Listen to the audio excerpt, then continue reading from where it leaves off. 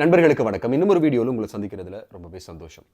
வளர்ச்சியடைந்த நாடுகளை பொறுத்த வரைக்கும் அங்கே இருக்கிற மருத்துவ வசதிகள் ரொம்ப அதிகம் அப்படின்னு சொல்லி கீழைத்திய நாடுகளில் பெரும்பாலும் நம்பப்படுது. மருத்துவ வசதிகள் கூடிய இந்த நாடுகளில் மெடிக்கல் எரர்ஸ் என்று சொல்லப்படக்கூடிய மருத்துவ வழுக்கல் நடக்கிறதுக்கான வாய்ப்புகள் ரொம்பவே குறைவு அப்படின்னு சொல்லியும் நம்ம நம்புகிறோம். நம்ம நாடுகளை பொறுத்த வரைக்கும் ஒரு மருந்தை மாற்றி கொடுக்கறது, இல்லை ஒரு ஊசியை மாற்றி செலுத்துறது, ஒரு சொட்டு மருந்தை மாற்றி கொடுக்கறது, இப்படியான சில குற்றச்சாட்டுகளில் பேரில் பல விஷயங்கள் பதிவு செய்யப்படுகிறது. இதனால உயிரிழப்புகள் அதிகமாக நடக்கிறது. இது எல்லாமே நமக்கு ரொம்பவே ஒரு பயத்தை ஏற்படுத்துகிறது. அப்போல்லாம் நம்ம சொல்ற ஒரு விஷயம் என்ன அப்படின்னா, வெளிநாடுகளை பாருங்க, அந்த நாடுகளில் எவ்வளவு தூரம் இந்த ரெகுலேஷன்ஸ் இருக்கு, எந்த அளவு தூரம் அவங்க பார்க்குறாங்க, அவங்க உயிர்கள் மேலே அவங்க எவ்வளவு தூரம் மதிப்பு வைக்கிறாங்க அப்படின்ற ஒரு குற்றச்சாட்டை தொடர்ச்சியாக நம்ம செலுத்திட்டு வரோம். அப்படி இருக்கும்போது யூகேயில் நடந்த ஒரு மிகப்பெரிய குருதி மோசடி, ஒரு blood scandal, infected blood scandal அப்படின்ற ஒரு விஷயத்தை பற்றி தான் இந்த வீடியோவில் பார்க்க போகிறோம். இந்த சேனலில் முதல் தடவை வீடியோ பார்க்குறீங்க, இல்லை சேனலில் வீடியோ பார்த்துருக்கீங்க, சப்ஸ்கிரைப் இன்னும் பண்ணலை அப்படின்னு சொன்னால் மறக்காமல் சப்ஸ்கிரைப் பண்ணுங்கள். சப்ஸ்கிரைப் பண்ணி சப்போர்ட் பண்ணுங்கள் அப்படின்றத முதல்லையே வளவு மாதிரி சொல்லிட்டு, இந்த பிளட் ஸ்கேண்டல் அப்படின்றது எப்படி நடந்தது, குருதியால் எப்படியாக ஒரு ஸ்கேண்டல் நடக்க முடியும் அப்படின்ற ஒரு கேள்வி எல்லாருக்குள்ளேயும் வரும். இது இப்போ சமீபத்தில் நடந்த ஒரு விஷயம் கிடையாது. 79ஆம் ஆண்டு தொடக்கம் 91ஆம் ஆண்டு வரையில் கிட்டத்தட்ட ஒரு 10-12 வருடங்களாக இந்த பிளட் ஸ்கேண்டல் யூகேல நடந்திருக்கு அப்படின்னா உங்களால் நம்ப முடியுதா? இந்த ஸ்கேண்டல் பற்றிய விஷயங்களை தெளிவாக பார்க்கறதுக்கு முன்னால ஒரு காலகட்டத்தில், அதாவது 70களின் ஆரம்ப பகுதி, 70களின் இறுதி பகுதியில் யூகேல ஒரு மிகப்பெரிய நோய் ஏற்படுது. இந்த நோய் இனங்காணப்படாத ஒரு நோயா இருக்கு. இந்த நோயினால ரத்தம் உறையிற ஒரு தன்மையை பல பேஷண்ட் கிட்ட இருந்து சாம்பிளா எடுத்திருக்காங்க. அவங்க சாதாரணமாக இருக்கும் போதே அவங்களுடைய பிளட் கிளாட் ஆகிற மாதிரியாக, அவங்க ரத்தம் உறையிற மாதிரியான ஒரு நோய் வந்திருக்கு. இந்த நோய்க்கு குருதி மாற்று சிகிச்சை உடனடியாக வழங்கப்படணும் அப்படின்ற ஒரு பரிந்துரை அந்த நேரத்தில் இருந்திருக்கு. அவங்க பிளட்டை கம்ப்ளீட்டா மாற்ற வேண்டிய ஒரு அவசியம் அந்த நேரத்தில் ஏற்பட்டிருக்கு. அப்படி ஏற்பட்ட போது யூகேல இருந்த மிகப்பெரிய கிரைசிஸ் என்ன அப்படின்னா பிளட் கிரைசிஸ். பிளட் கொடுக்கறதுக்கு பலரும் தயாராக இருக்கல. இப்போவே பிளட் கொடுக்கறது சம்பந்தமான நிறைய மாற்று கருத்துக்கள் இருக்கு. பல பேர் இந்த குருதி ரத்த தானத்தை செய்யறது கிடையாது. அந்த காலத்தை பொறுத்த வரைக்கும் கிட்டத்தட்ட 40-45 வருஷங்களுக்கு முன்னால இந்த பிளட் கொடுக்கறது அப்படின்றது அப்போதான் கொஞ்சம் கொஞ்சமா இவால்வ் ஆகிட்டு இருந்தது அப்படின்னு சொல்லப்படுகிறது. அதனால யூகேல பிளட் பேங்க்ல அதிகமான குருதி தட்டுப்பாடு ஏற்பட்டது. ஏதாவது ஒரு தட்டுப்பாடு ஏற்படும் போது நாம முதலாவதாக செய்யற விஷயம் என்ன அப்படின்னா, நம்ம அயல் நாடுகள் அல்லது நட்பு ரீதியான நாடுகள்கிட்ட உதவி கேட்கிறது வழக்கம். அப்படியாக யூகே அமெரிக்காவுக்கிட்ட உதவி கேட்குது. அமெரிக்காவுக்கிட்ட யூகே உதவி கேட்கும் போது அமெரிக்கா அவங்க பிளட் பேங்க்ல இருக்கிற ரத்தத்தை யூகேக்கு தந்து உதவி செய்யறாங்க. கிட்டத்தட்ட 10 வருஷங்களாக அவங்க இந்த பிளட் சப்ளையை யூகேக்கு பண்ணியிருக்காங்க அப்படின்னு சொல்லப்படுகிறது. இந்த சாம்பிள்ஸ் இவ்வளவு வெளிநாட்டுக்கு அனுப்பக்கூடிய அளவுக்கு ரத்தம் அமெரிக்காவில் எப்படி போச்சு அப்படின்ற ஒரு கேள்வி அந்த நாட்கள்ல அதிகமாக பேசப்பட்ட ஒரு கேள்வியா இருக்கு.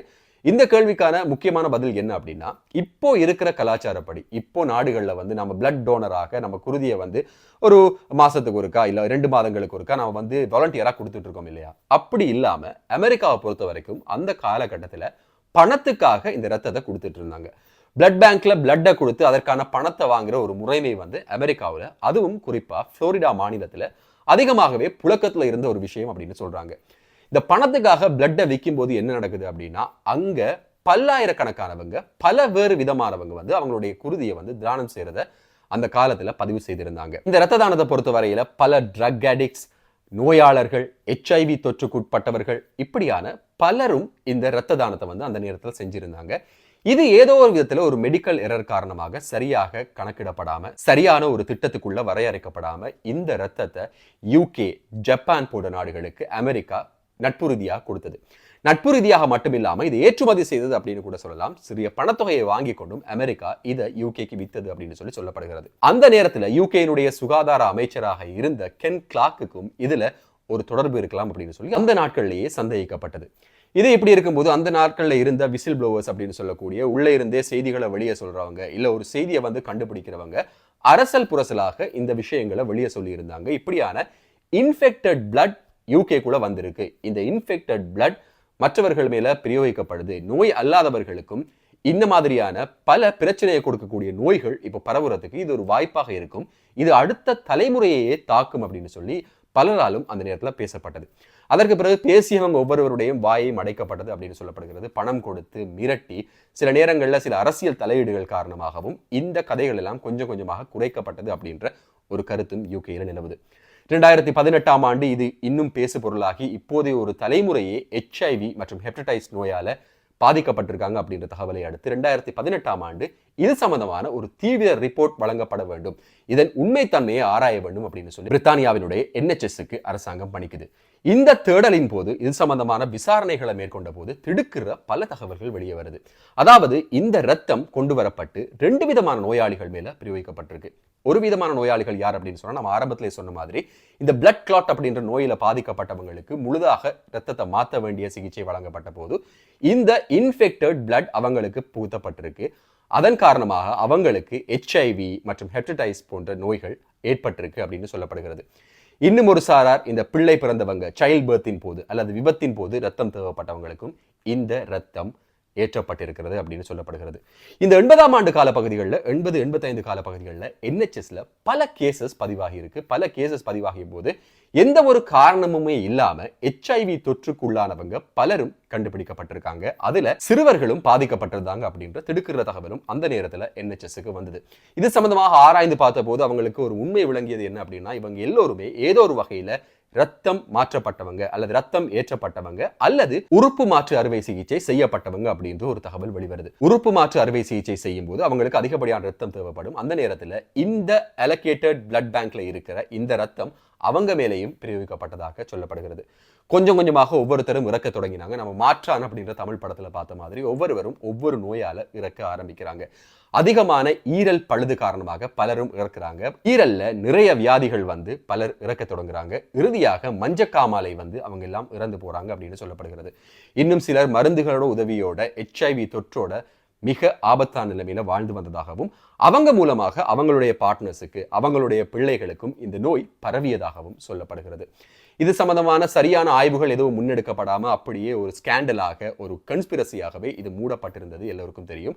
2018ஆம் ஆண்டு இது வழக்காக எடுத்துக்கொள்ளப்பட்டு இன்றைய நாள் யூகேல வெளிவந்திருக்கு. பிரதமர் ரிஷி சுனாக் பேசும்போது என்ன சொல்லியிருக்காரு அப்படின்னா, இது வந்து யூகேனுடைய கருப்பு நாள், மிகவும் ஒரு சோகமான நாளாக இருக்க போகிறது அப்படின்னு சொல்லி அவர் அவருடைய கவலையையும் சொல்லி இருந்தார். இதற்கு மிக முக்கியமான காரணம் யார் அப்படின்னு சொல்லி பார்த்தா, அந்த நாட்கள்ல சுகாதார அமைச்சராக இருந்த கென் கிளார்க் தான் அப்படின்னு சொல்லி பிரித்தானிய ஊடகங்கள் தொடர்ந்தும் செய்திகள்ல வலியுறுத்திட்டே வராங்க. இந்த கென் கிளார்க் கைது செய்யப்பட வேண்டும் அப்படின்னு சொல்லி பல முன்னெடுப்புகளும் இப்போ யூகேல நடந்து கொண்டிருக்கு. ஆனா கென் கிளார்க்கை பொறுத்த வரைக்கும் அவருக்கு இப்போ 84 வயதாகிறது. அவர் கடைசியாக வந்து நீதித்துறையில ஒரு சேர்மனாக இருந்தவர் அப்படின்றதும் இங்க குறிப்பிட்டு சொல்ல வேண்டிய ஒரு விஷயம். இந்த பிளட் ஸ்கேண்டலை பொறுத்த வரைக்கும் இந்த ஸ்கேண்டலால இதுவரை காலமும் இந்த 40 வருஷத்துல 30,000 பேர் உயிரிழந்திருக்காங்க அப்படின்றதுதான் இதுல மிக கொடுமையான ஒரு விஷயமா இருக்கு. இதுல சில பேர் HIV தொற்றால உயிரிழந்திருந்ததாகவும் பல பேர் ஈரல்ல ஏற்பட்ட பாதிப்பினால உயிரிழந்ததாகவும் சொல்லப்படுகிறது. அவர்களுடைய குடும்பத்தினர் இவ்வளவு காலமாக போராடி இப்போதுதான் இவங்களுக்கான ஒரு நீதியை பெற்றுக்கொள்ளக்கூடியதாக இருக்கு. இவங்களுக்கு சரிவர தண்டப்பணங்கள் அறவிடப்பட வேண்டும், இவங்களுக்கான தண்டப்பணம் கொடுக்க வேண்டும். இதுல நிறைய பேர் விதவைகளாக இருக்காங்க, நிறைய பேர் நாட்பட்ட நோயாளிகளாக இருந்து மிகுந்த வலியோட இறந்து போயிருக்காங்க, நிறைய குழந்தைகள் அனாதரவாக்கப்பட்டிருக்கு. அவங்க எல்லோருக்குமே சரியான கம்பன்சேஷன் வழங்கியே தீர வேண்டும் அப்படின்னு சொல்லி இப்ப சமூக ஆர்வலர்கள் பேசிட்டு இருக்காங்க, ஆர்ப்பாட்டங்களை முன்னெடுத்துட்டு இருக்காங்க. அது சம்பந்தமான விவாதங்களும் யூகேல வார மாசம் நடக்க போகிறது அப்படின்றது அறியக்கூடியதாக இருக்கு. அதே நேரம் 233,000 பவுண்ட்ஸ் இதுவரையில அதற்காக ஒதுக்கப்பட்டிருக்கு அப்படின்ற ஒரு மறைமுகமான செய்தியும் இங்க வந்திருக்கு. இப்படியான கம்பன்சேஷனை இவங்களுக்கு கொடுக்க வேண்டிய ஒரு கட்டாயம் யூகேல இருக்கு அப்படின்றது. அதே நேரம் அப்போதைய சுகாதார அமைச்சராக இருந்த கென் கிளார்க், 84 வயதான கென் கிளார்க் பகிரங்கமாக மக்களிடம் மன்னிப்பு கேட்க வேண்டும் அப்படின்ற ஒரு செய்தியும் இந்த இடத்துல பதிவாகுது. இதுல சுவாரஸ்யமான ஒரு சம்பவம் என்ன அப்படின்னா, 80 நடுப்பகுதிகளிலேயே பிரித்தானியாவுக்கும் சரி, இந்த குருதியை அனுப்பி இருந்த ஜப்பான் போன்ற மற்ற நாடுகளுக்கும் சரி, அமெரிக்கா தரப்புல இருந்து இதை ஒத்துக்கொண்டிருக்காங்க. அவங்க சொல்லியிருக்காங்க, இப்படியான ஒரு விஷயம் இருக்கு, ரத்தத்துல ஒரு பெரிய பிரச்சனை நடந்திருக்கு, ஒரு கண்டாமினேஷன் நடந்திருக்கு அப்படின்ற ஒரு விஷயத்தை வந்து அவங்க பகிர்ந்துக்கிறாங்க. ஆனா யூகே அரசாங்கம் அதை வேண்டுமென்றே இருட்டடிப்பு செய்தது அப்படின்னு சொல்லி இந்த ஆய்வறிக்கையில சொல்லப்படுகிறது. நீங்க NHS சைட்டுக்கு போய் NHS வெப்சைட்ல இந்த லிவர் சம்பந்தமான சிம்டம்ஸை கொடுத்து பாத்தீங்க அப்படின்னு சொன்னா, NHSல முதலாவதாக வார விஷயம் என்ன அப்படின்னா, 1991ஆம் ஆண்டுக்கு முதல்ல நீங்க இரத்த மாற்று அல்லது உடல் உறுப்பு மாற்று அறுவை சிகிச்சை செய்திருக்கிறீங்களா அப்படின்ற கேள்விக்கு எஸ் ஓ நோ கொடுத்து விட்டு தான் உங்களால மேல தொடர முடிகிறதாக இருக்கிறது. ஸோ இது ஒரு வெல் நோன் விஷயமாக இருக்கிறது. 91க்கு முதல் யூகேல இப்படியான ஒரு குருதி மாற்று அல்லது உறுப்பு மாற்று அறுவை சிகிச்சை நீங்க செய்திருந்தீங்க அப்படின்னு சொன்னா உங்களுக்கு இந்த பாதிப்பு இருப்பதற்கான வாய்ப்புகள் அதிகமாக இருக்கு அப்படின்னு சொல்லி NHS தரப்புல இருந்து சொல்றாங்க. இது ஒரே இரவுல குருதி மாற்றின உடனேயே உங்களுக்கு வருமா அப்படின்னு கேட்டா அப்படி கிடையாதாம். இது கிட்டத்தட்ட 10 வருடங்களாக இழுத்து அவர்களுடைய ஈரலை கொஞ்சம் கொஞ்சமாக பாதிக்க வைத்து அந்த ஈரலில் இருந்து சுரக்கிற ஒரு சுரப்பியால இறுதியாக அவங்க மிகுந்த வலியோட ஒரு கொடிய மரணத்தை தழுவுற நிலைமை இருக்கு அப்படின்னு சொல்லப்படுகிறது. 30,000 பேர் இப்படியான ஒரு மெடிக்கல் எரராலையும் ஒரு ஸ்கேண்டலாலையும் உயிரிழந்திருக்காங்க அப்படின்றது இங்கிலாந்துல இன்னைக்கு பெரும் பேசு பொருளாக மாறி இருக்கு.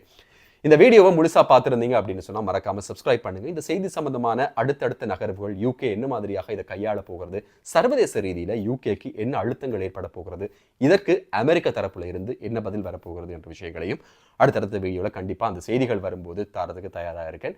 இன்னும் ஒரு வீடியோல உங்களை சந்திக்கும் வரை நன்றி, வணக்கம்.